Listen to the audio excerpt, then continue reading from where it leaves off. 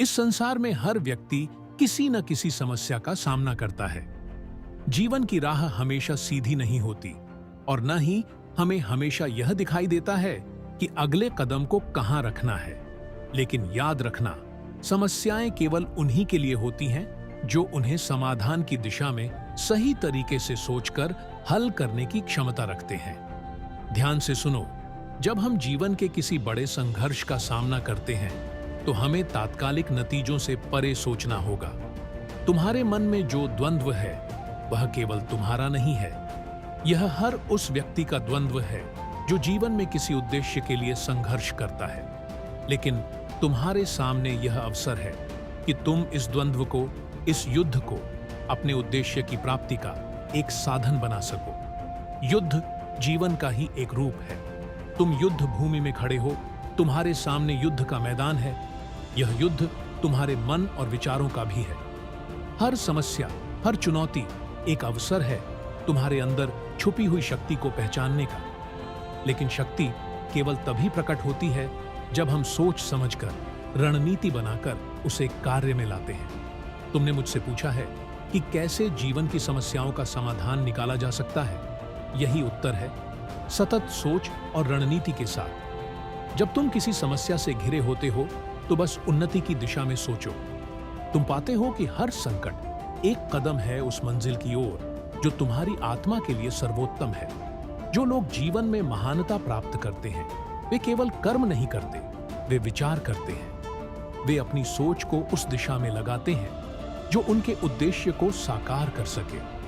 अगर तुम संकटों का सामना सोच समझकर, उद्देश्य से भरे मन से करते हो तो तुम्हारे लिए रास्ते अपने आप बन जाते हैं।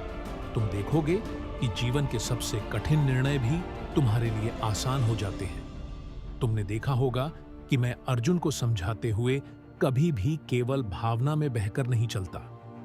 स्ट्रेटेजिक थिंकिंग को ही मैंने हर कदम पर दिखाया है।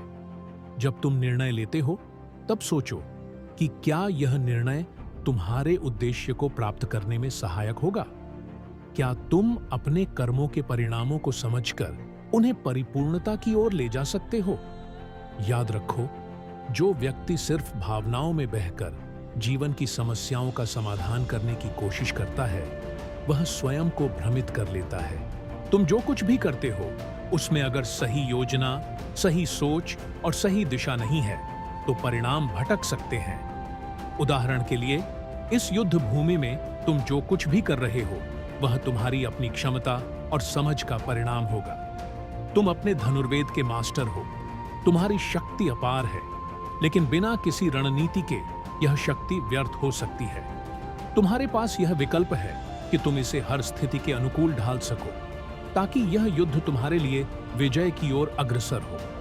यही रणनीतिक सोच है, यही जीवन में सही दिशा अपनाने का तरीका है। जब तुम किसी भी बड़े काम में अपने मन और बुद्धि का सही इस्तेमाल करते हो तो तुम उस समस्या का समाधान सटीक तरीके से कर सकते हो।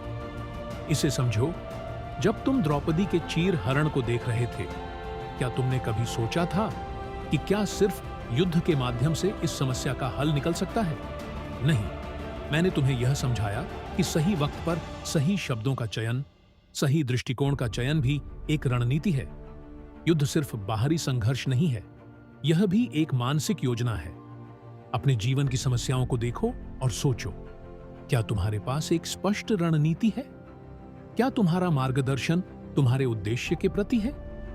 क्या तुम समझते हो कि हर कठिनाई केवल एक अवसर है अपने आत्मविश्वास और सामर्थ्य को परखने का? कभी कभी जीवन में इस प्रकार के संकटों का सामना हमें उस दिशा में ले जाता है जिससे हम पहले कभी अनजान थे। तुम्हारे सामने जो विकल्प आते हैं उन्हें विचार करके, विश्लेषण करके उन्हें अपनी सबसे बड़ी ताकत बनाने का तरीका ढूंढो। तुमने देखा है कि मैंने युद्ध भूमि में अर्जुन के लिए एक मार्गदर्शन प्रस्तुत किया। यही मार्गदर्शन तुम्हारी जीवन की समस्याओं को भी हल कर सकता है। जैसे मैं तुमसे कहता हूं, तुम अपना कर्म करो, न कि उसके फल की चिंता करो। उसी प्रकार अपनी रणनीति पर ध्यान केंद्रित करो। जब तुम अपने कर्म को बिना किसी द्वंद्व के निष्ठा से करते हो तो परिणाम स्वयं ही उत्तम होते हैं, क्योंकि सही कर्म सही सोच से ही निकलता है।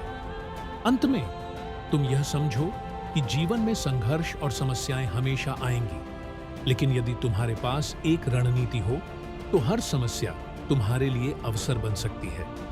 याद रखो, स्मार्ट सोच और सही दिशा में किया गया कार्य ही वास्तविक विजय दिलाता है।